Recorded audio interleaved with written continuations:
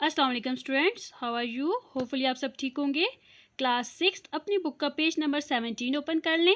This one chapter number 2 हमने start किया हुआ है। Chapter number 2 formatting data in Excel 2013।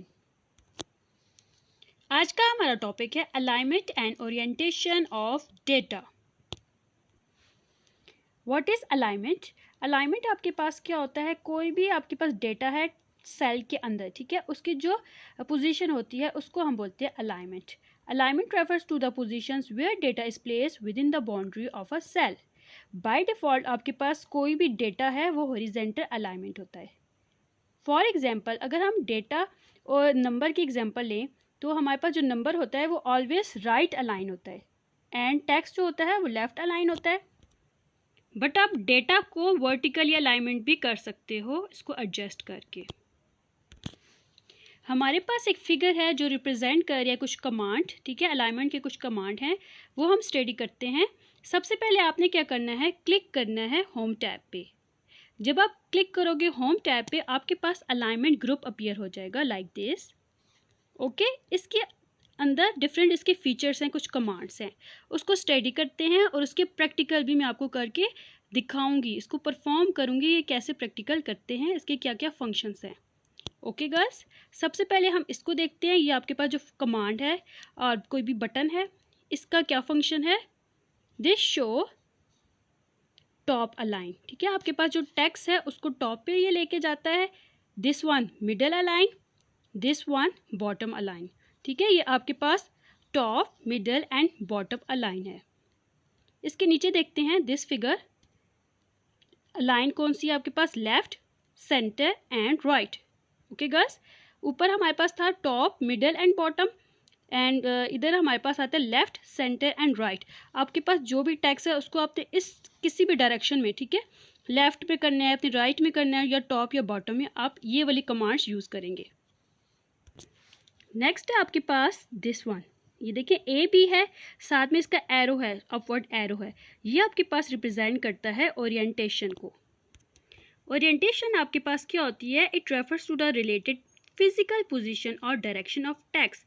कोई भी टेक्स्ट है उसकी जो लोकेशन होती है या उसकी जो डायरेक्शन होती है उसको ये रिप्रेजेंट कर रहा होता है।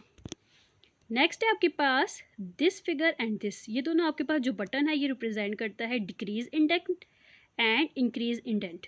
आपके पास जो टेक्स्ट है वो डिक्रीज हो जाता है जो उसका इंडेंट है और यहाँ से उसका इंक्रीज हो जाएगा।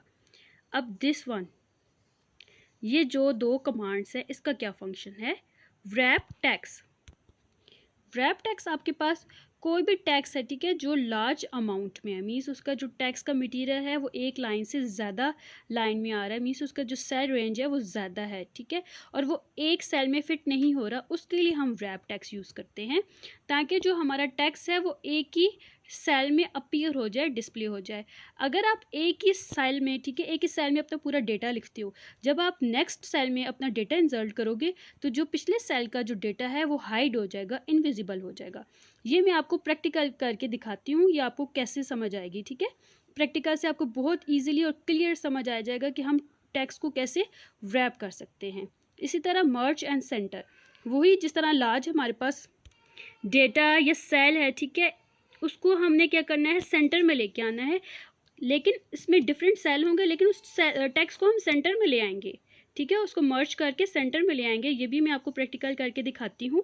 ये तो आपको समझ आ गया होगा। अलाइनमेंट हमारे पास ग्रुप था होम टैब में, अब मैं आपको प्रैक्टिकल करके दिखाती हूँ इन सारे फंक्शंस के। ये जो अलाइनमेंट है ना, इन सारे फंक्शंस के प्रैक्टिकल करके दिखाती हूँ, आपको बहुत ईजिली समझ आ जाएगा। आपने एक्सेल की फाइल ओपन कर लेनी है लाइक दिस। आपके पास इस फॉर्म में एक शीट अपीयर हो जाएगी, आपने उसमें अब डेटा टाइप करना है। अब आपने टाइप कर लिया हेलो, आपने 3 सेल में हेलो टाइप कर दिया। अब आपने क्या करना है, क्लिक ऑन होम टैब। जब आप होम टैब में क्लिक करोगे तो आपके पास अलाइनमेंट ग्रुप अपीयर हो जाएगा लाइक दिस। ओके गर्ल्स, ठीक है, अब मैं इसकी फंक्शन अप्लाई करती हूँ। पहले मैं इसका थोड़ा सा विड्थ इंक्रीज़ करती हूँ, ठीक है, हाइट और विड्थ इसकी मैंने इंक्रीज़ कर दी ताकि आपको क्लियर ये नज़र आ जाए इसका फंक्शन।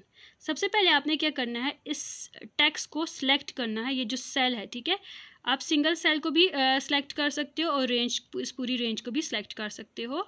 सबसे पहले हम इसके रेंज को सिलेक्ट करते हैं। ओके, अब अलाइनमेंट ग्रुप में हम कौन से फंक्शन अप्लाई करते हैं, दिस वन। अब देखिए इस पर क्लिक किया तो टॉप अलाइन लिखा हुआ आ गया, ठीक है। जब हम टॉप अलाइन करते हैं तो क्या इसका फंक्शन होगा, देखिए टेक्स्ट टॉप पे चला गया। नेक्स्ट करते हैं मिडल अलाइन, ठीक है। मिडल पे जब क्लिक करेंगे तो ये टेक्स्ट आपके पास मिडल में आ जाएगा। अब हम नेक्स्ट करते हैं बॉटम अलाइन। देखिए अब मिड में आ गया, पहले ऊपर टॉप पे था, ये मिड पे था, अब बॉटम यहाँ पे ये आ जाएगा टेक्स्ट। क्लिक करते हैं इस कमांड को, देखिए अब ये बॉटम पे आ गया। इसी सेल के अंदर हमारे पास ये टॉप, बॉटम एंड मिड में आ गया था। अब इसी टेक्स्ट को हम पहले रुकें, बोल्ड कर देती हूँ इस टेक्स्ट को ताकि ज़्यादा आपको क्लियर नज़र आए। ओके, ये टेक्स्ट मैंने बोल्ड कर दिया। अब मैं इसी को रेंज को सिलेक्ट करती हूँ, या आप और भी टेक्स्ट लिख सकते हो लाइक, ठीक है। ये मैंने एक्सीलेंट 3 सेल में लिख दिया, ठीक है, मैंने टाइप कर लिया। अब सबसे पहले आपने क्या करना है, इस फुल रेंज को सिलेक्ट करना है। सिलेक्ट कर दिया। अब मैं इसकी जो अलाइनमेंट की ये फंक्शन है